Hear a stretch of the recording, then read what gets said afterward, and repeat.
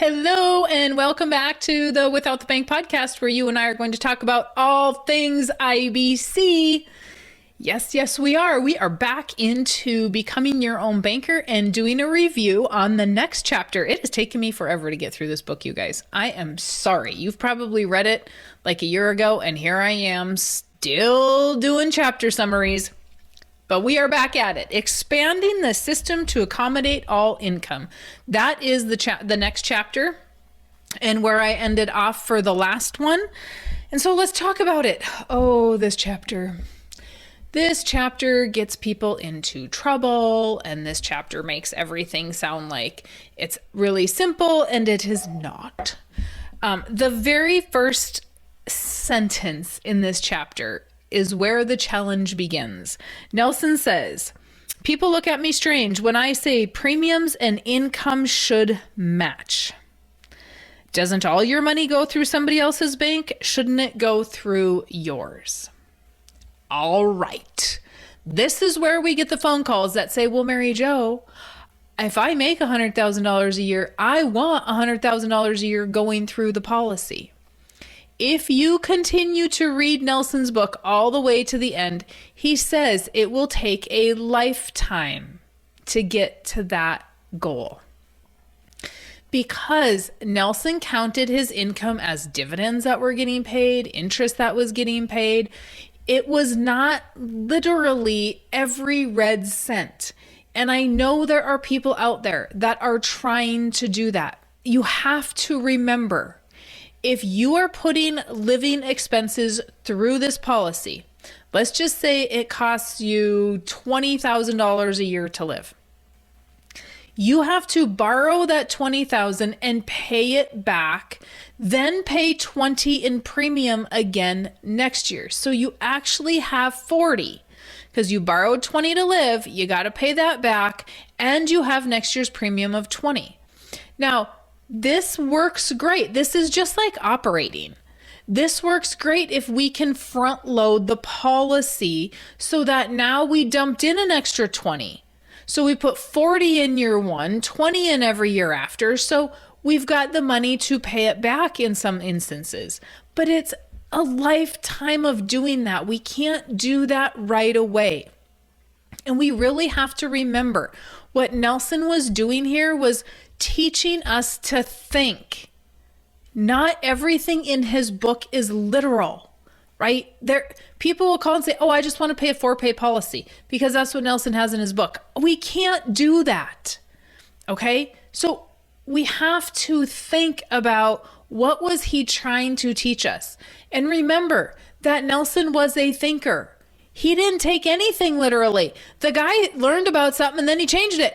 And he switched it around and he made it fit whatever he wanted it to fit.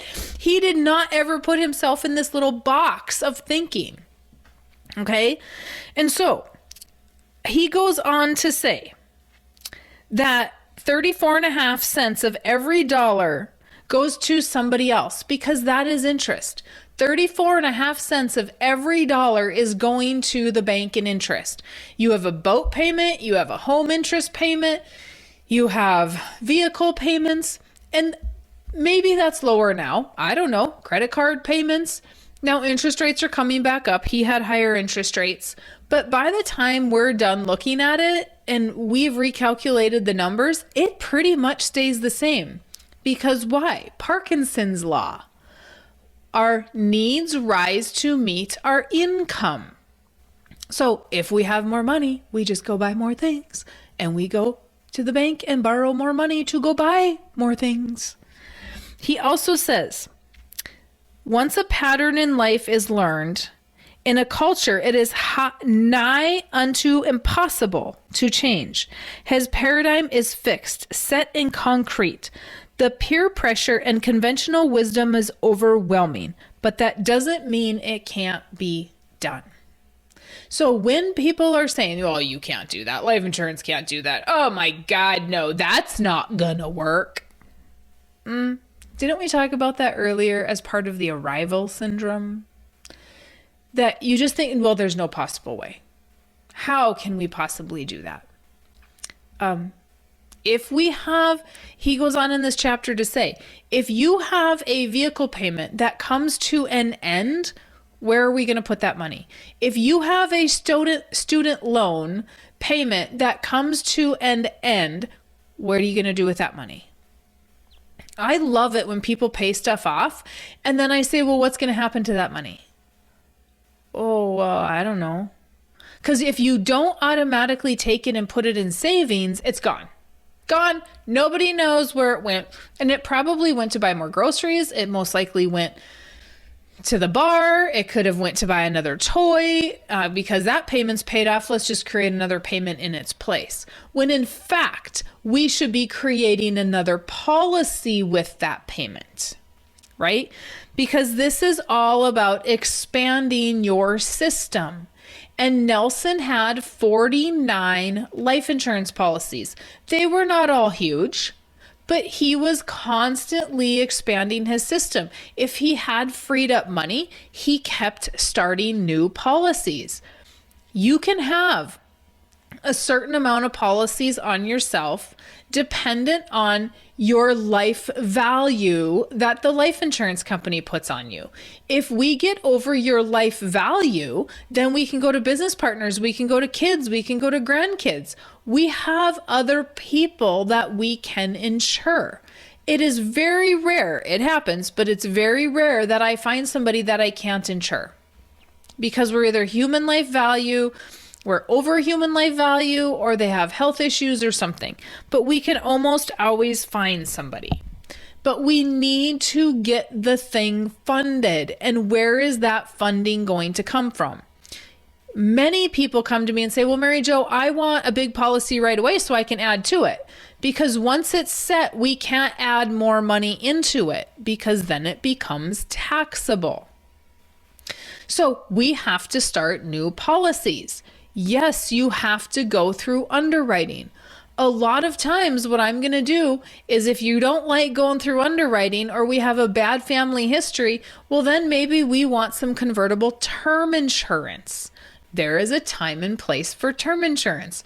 So maybe we want some convertible term insurance that we can convert to whole life and you never have to go through a health exam in that period. I have that on myself. That is a great option. Okay, so there are lots of things that we can do in knowing we're going to be expanding our system, but we need to expand the system based on freed up money. Now, I had somebody a couple of weeks ago that in the last 2 years, he's gotten about a $20,000 raise. And I said, where is that money? He had no idea. He couldn't tell me where that money went. Because why? Our needs rise to meet our income. Or maybe we paid off a whole bunch of credit card debt. Well, fantastic. Now the credit card is gone. You cut the darn thing up. And then we use that money to start another policy. Now, what does that mean? That means that we might have to sacrifice for a little bit. We may not get everything that we want. But guess what? When we do that, we're creating cash value in that policy that we now get to use to purchase things. Okay? That is expanding our system.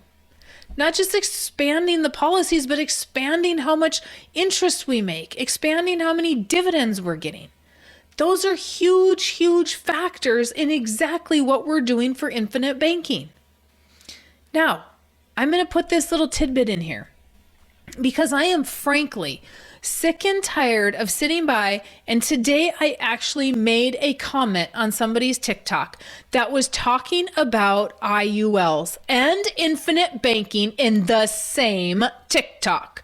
You guys, if you are listening to this, there is no expanding your system into IULs with some fake rate of return of 10% or 6% or 15%. For the love of Pete. And then they're saying, oh, this is what the banks are using, and this is what the wealthy use. Well, that's interesting because we've had wealthy people for many, many years, and we have not had IULs that long. So don't be expanding your system based on a rate of return. We are expanding our system based on dividends and guaranteed interest rates in whole life. That's it. That simple. It's not fancy. It's not sexy. It just is what it is. And it is priced correctly. Nelson also says in this chapter that if you are going to have closing costs on a house, if you are going to have a down payment on a house, that all has to get paid back to you. So if you're going to buy a home or you're buying a vehicle and you put a down payment on it, are you honest enough to pay that back and start another policy with it? If you're not, you should be. We use down payment money for our new home, and guess what? That has to get paid back. That's not just free money. This was a really short chapter. So let me know if you have things that you want to have me talk about. You can email me at maryjo@withoutthebank, and I am happy to talk about them. If you want to leave a review, that would be awesome. If you need to get my Life Without the Bank book or Nelson's Becoming Your Own Banker, you can go to withoutthebank.com and get it there. Otherwise, I'm out, and you have a fantastic rest of your day.